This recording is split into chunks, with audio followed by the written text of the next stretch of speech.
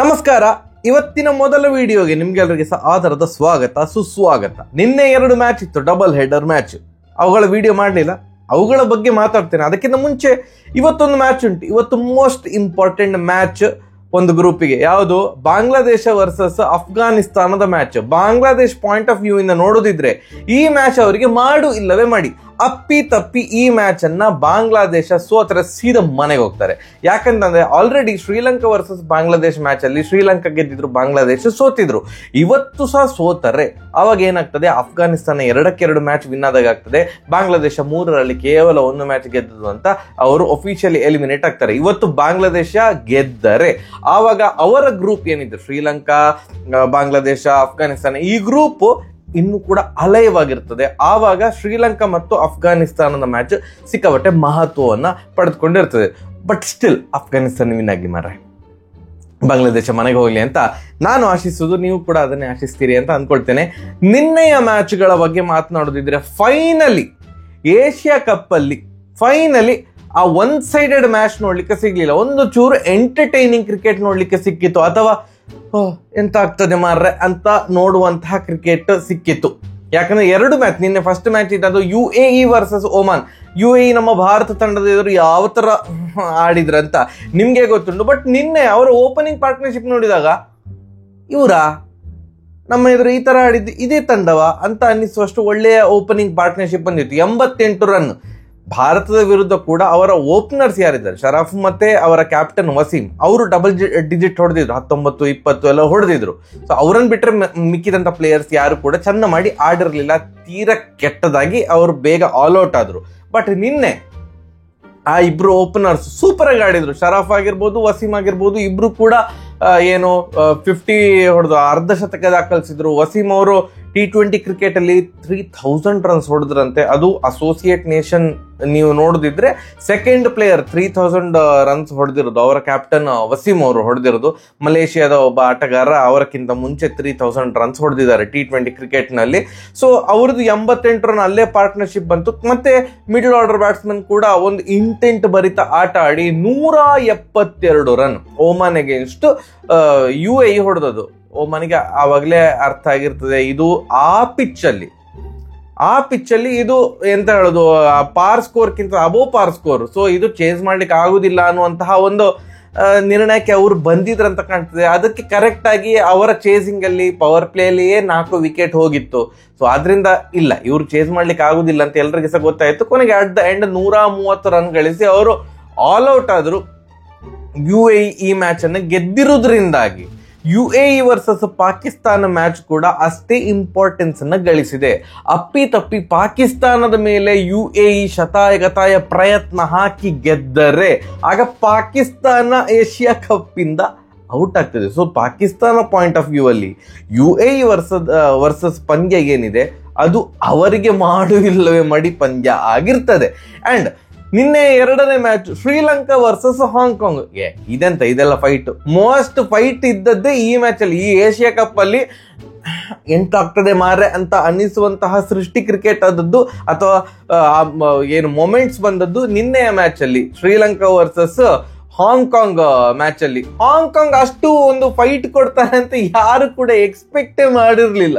First batting ಮಾಡಿದಂತ Hong Kong 149 run ಹೊಡಿತು, 4 wicket ಹೋದದ್ದು, 149 run ಎದ್ದೆ.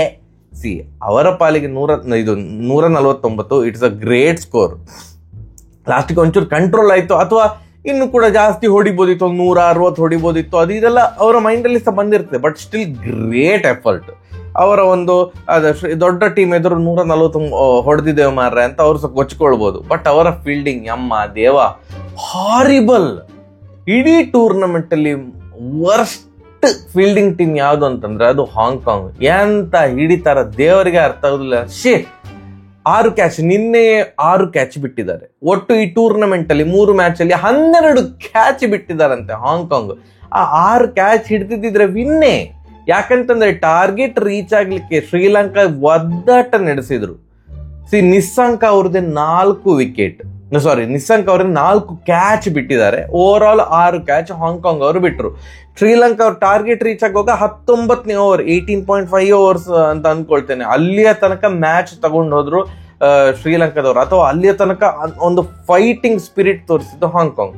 ಬಟ್ ಅವರ ತೀರಾ ಕೆಟ್ಟ ಫೀಲ್ಡಿಂಗ್ ಇಂದಾಗಿ ಹಾಂಗ್ಕಾಂಗ್ ಸೋತು. ಇಲ್ಲ ಇದ್ರೆ ಸ್ವಲ್ಪ ಸಿಕ್ಕಾಪಟ್ಟೆ ಅಪ್ಸೆಟ್ ಕ್ರಿಯೇಟ್ ಆಗ್ತಾ ಇತ್ತು, ಶ್ರೀಲಂಕಾ ಒಂದು ಸೋಲಿಸಿದ್ರು ಅಂತ.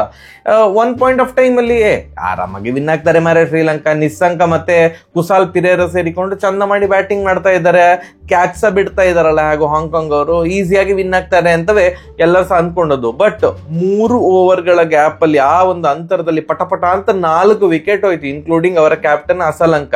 ಏನು ಕುಸಾಲ್ ಪಿರೇರ ಅವರು ಔಟ್ ಆದ್ರು, ಇದು ಫಸ್ಟ್ ನಿಸ್ಸಂಕ ಔಟ್ ಆದ ನೆಕ್ಸ್ಟ್ ಬಾಲ್ ಕುಸಾಲ್ ಪಿರೇರ ಒಂದೇ ಓವರ್ ಅಲ್ಲಿ 2 ವಿಕೆಟ್ ಹೋಯ್ತು. ಮತ್ತೆ ಅವರ ಕ್ಯಾಪ್ಟನ್ ಅಸಲಂಕ ಅವರು ಔಟ್ ಆದ್ರು. ಹೀಗೆ ಒಟ್ಟು 4 ವಿಕೆಟ್ 3 ಓವರ್ ಅಲ್ಲಿ ಬಿದ್ದಾಗ ಏನು ಹಾಂಗ್ಕಾಂಗ್ ಪೂರ್ತಿ ಅಡಿ ಮೇಲೂ ಮಾಡಿ ಹಾಕಿದ್ರು ಪಾಯಿಂಟ್ಸ್ ಟೇಬಲ್ ಅನ್ನು ಪಕ್ಕ ವಿನ್ ಆಗ್ತದೆ ಅಂತ. ಬಟ್ ಆ ಒಂದು ಓವರ್ ಏನು ಐ ಥಿಂಕ್ 18th ಓವರ್ ಅಂತ ಅಂದ್ಕೊಳ್ತೇನೆ ನಾನು.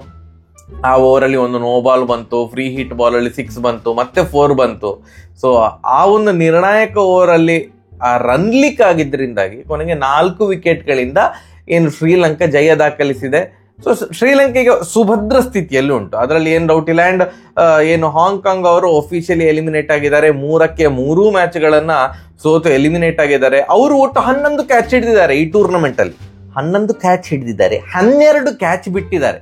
ಅಂದ್ರೆ ಹಿಡಿದ ಕ್ಯಾಚ್ಗಿಂತ ಸಹ ಜಾಸ್ತಿ ಕ್ಯಾಚ್ ಬಿಟ್ಟಿರೋದ್ರಿಂದಾಗಿ ಸೊ ಅವರ ಒಂದು ಎಲಿಮಿನೇಷನ್ಗೆ ಯಾವುದು ಕಾರಣ ಅಂತ ಎಲ್ರಿಗೆ ಸಹ ಅರ್ಥ ಆಯ್ತು. ಬ್ಯಾಟಿಂಗ್ ಅಲ್ಲ, ಬೌಲಿಂಗ್ ಅಲ್ಲ, ಫೀಲ್ಡಿಂಗ್ ಇಂದ ಇವರು ಟೂರ್ನಮೆಂಟ್ ಇಂದ ಔಟ್ ಆದ್ರು ಮಾರ್ರೆ ಅಂತ ಒಂದು ಕೆಟ್ಟ ಅಪವಾದ ಇಟ್ಕೊಂಡು ಟೂರ್ನಮೆಂಟ್ ಇಂದ ಔಟ್ ಆಗಿದ್ದಾರೆ. ಅಷ್ಟೇ, ಇವತ್ತಿನ ಮ್ಯಾಚ್ ತುಂಬಾ ಇಂಪಾರ್ಟೆಂಟ್ ಅಂತ ಅನ್ಕೊಳ್ತೇನೆ. ಸೋ ಫಾರ್ ಈಗ ಇಲ್ಲಿಯ ತನಕ ಆಗಿರುವ ಮ್ಯಾಚ್ ಅಲ್ಲಿ ಒಂಥರ ಮಾಡು ಇಲ್ಲವೇ ಮಡಿ ಅಂತ ಇರುವಂತಹ match Bangladesh point of view ನೋಡೋದಿದ್ರೆ. ಸೊ ಇವತ್ತು ಸ್ಟ್ರಾಂಗ್ ಟೀಮ್ ಯಾವುದು? ಖಂಡಿತವಾಗಿ ಸಹ ಅಫ್ಘಾನಿಸ್ತಾನ್. ಬಾಂಗ್ಲಾದೇಶ ಎಲ್ಲ ಸ್ಟ್ರಾಂಗ್ ಟೀಮ್ ಅಂತ ಹೇಳಿದ್ರೆ ನಗ್ಬೇಕು ಮಾರ. ಬಟ್ ಹೇಳಲಿಕ್ಕೆ ಆಗುದಿಲ್ಲ, ಅಪ್ಸೆಟ್ ಕ್ರಿಯೇಟ್ ಮಾಡ್ತಾರೆ ಬಾಂಗ್ಲಾದೇಶದವರು ಇವತ್ತು ಅಫ್ಘಾನಿಸ್ತಾನ ವಿರುದ್ಧ ವಿನ್ ಆದ್ರೆ ಇಟ್ಸ್ ಅ ಮೇಜರ್ ಅಪ್ಸೆಟ್. ನಿಮ್ಗೆ ಎಂತ ಅನ್ನಿಸ್ತದೆ ಅಂತ ಕಮೆಂಟ್ ಸೆಕ್ಷನ್ ತಿಳಿಸಿ. ಇವತ್ತು ಮ್ಯಾಚ್ ಮುಗಿದುಕೊಳ್ಳೋ ವಿಡಿಯೋ ಮಾಡ್ತೇನೆ. ನಿನ್ನೆ ಯಾಕೆ ಮಾಡ್ಲಿಕ್ಕಾಗಲ್ಲ? ನಿನ್ನೆ ವಿಟ್ಲಪಿಂಡಿ ಅಣ್ಣ ನೋಡಿ, ಉಡುಪಿ ಮತ್ತೆ ಮಂಗಳೂರು ಈ ಒಂದು ಪ್ರದೇಶಗಳಲ್ಲಿ ಅಷ್ಟಮಿಯ ಮರುದಿನ ವಿಟ್ಲಪಿಂಡಿ ಅಥವಾ ಮೊಸರು ಕುಡಿಕೆ ಉತ್ಸವ ಅಂತ ಆಗ್ತದೆ. ಅದು ಮೇಜರ್, ನಮ್ಗೆ ದೊಡ್ಡ ಹಬ್ಬ, ಸೆಲೆಬ್ರೇಷನ್. ಆ ಟೈಮಲ್ಲೆಲ್ಲ ವಿಡಿಯೋ ಎಲ್ಲ ಮಾಡ್ಲಿಕ್ಕೆ ಆಗುದಿಲ್ಲ. ನಾವೆಲ್ಲ ಹೊರಗಡೆ ಇದ್ದೆವು, ಕೃಷ್ಣ ಮಠಕ್ಕೆಲ್ಲ ಹೋಗಿದ್ದೆವು. ನಮ್ಮ ಸ್ಟೋರಿ ಎಲ್ಲ ನೋಡಿ ನಿಮಗೆ ಗೊತ್ತಾಗ್ತದೆ. ಅದು ಗಣೇಶ್ ಕಾರಂತ್ ಯೂಟ್ಯೂಬ್ ಚಾನಲ್ಲಿ ವ್ಲಾಗ್ ಕೂಡ ಬರ್ತದೆ, ಉಡುಪಿಯ ಅಷ್ಟಮಿಯ ವಿಟ್ಲಪಿಂಡಿ ಹೇಗಿತ್ತು ಅಂತ ನೀವು ಯೂಟ್ಯೂಬಲ್ಲಿ ನೋಡುವಂಥವರಾಗಿ. ಸರಿಯಾಗಿದೆ ಬರುವ. ನಮಸ್ಕಾರ.